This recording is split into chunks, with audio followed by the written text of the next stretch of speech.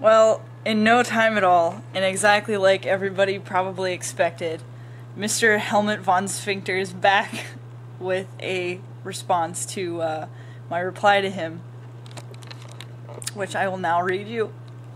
Okay. This is hilarious. Okay. And I'm sorry, I guess I should explain to you why I think this is so funny.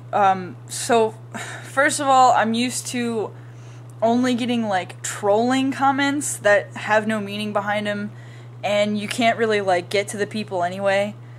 And, I don't get a lot of comments that are literally, like, they take themselves so seriously that when you respond back to them, that they feel like they've just been insulted, like, to the most major extent.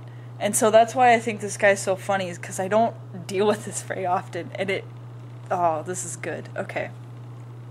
So, if you've watched my 7-part video, you know that I've now, well, according to that one therapist, I was diagnosed bipolar, DID, I have depression, and I also have social anxiety, along with, like, sexual abuse. Well, now, you guys, I just wanted to let you know that I also have borderline personality disorder. Okay, so here's the response.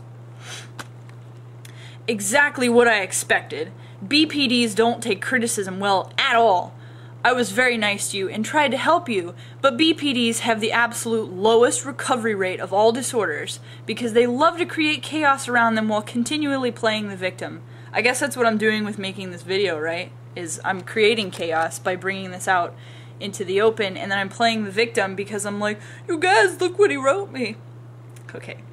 They shit on anyone who tries to help because it is disturbing for them to have anyone give a crap about them, and they just do not understand why anybody would, especially a loved one or a stranger.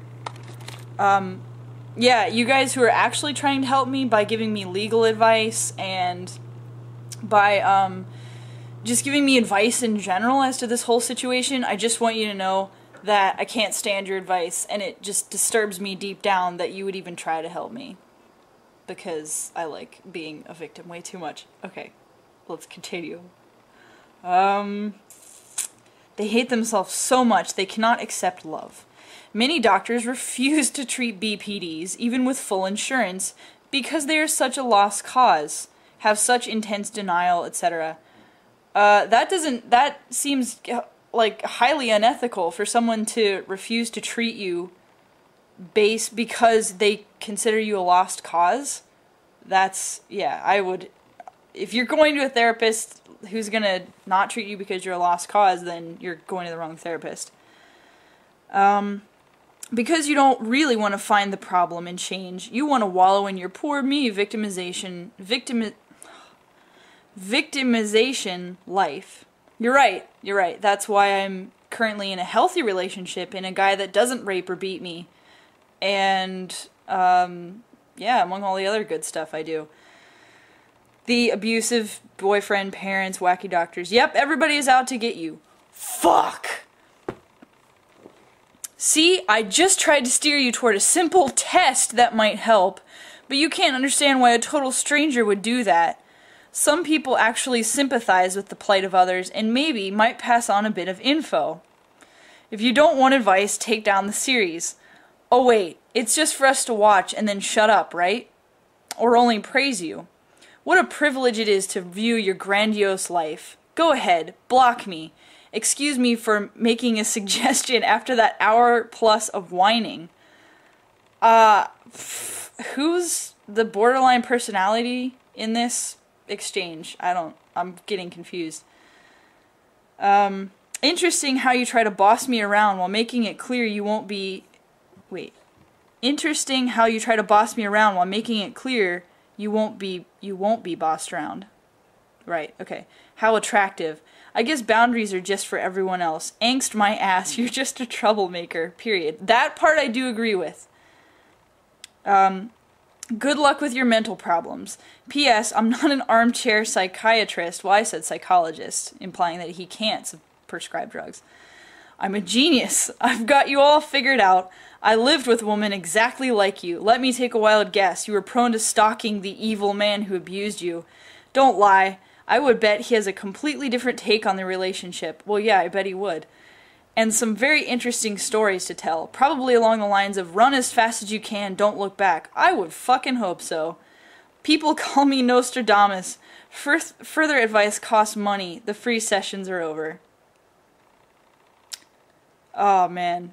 I'm just gonna leave this one out there. I don't think I'm gonna reply. Because I guess that would just be... If I replied to him, that would just be validating my denial and my need for praise. But so, like, if I replied and it was mean, that would just be what I would be doing, is further denying my mental disorder and then trying to make myself the victim. See, this is what's called a moving goalpost. This is used a lot in Christian arguments, where basically the opposing side sets up a goalpost, so to say, and they say, like, okay, well, for me to believe you, you have to hit this goal. And then when you do, they just move it further back, and that just keeps continuing. So while it's not exactly like a moving goalpost, it is a moving goalpost.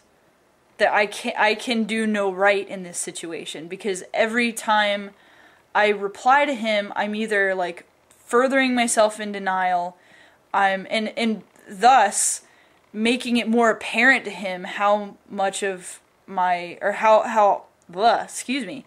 I'm making it more apparent to him that I have borderline personality disorder. This is a classic example of people who are actually in denial.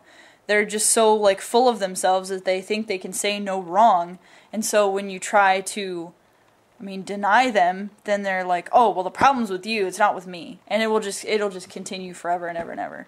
So I'm actually kind of glad that I got sent this, because this is the first time I've ever gotten really a chance to use a logical fallacy against somebody sending me a message, instead of just the stupid trolls that I have to deal with. So, yeah, this is fun. I'll make a real video soon, I promise. I have errands to run, and I'm going to shower so I look better. And not that you can smell me, but I smell like coffee and grease. So, once I, get all settled, then we'll do a real video, I promise.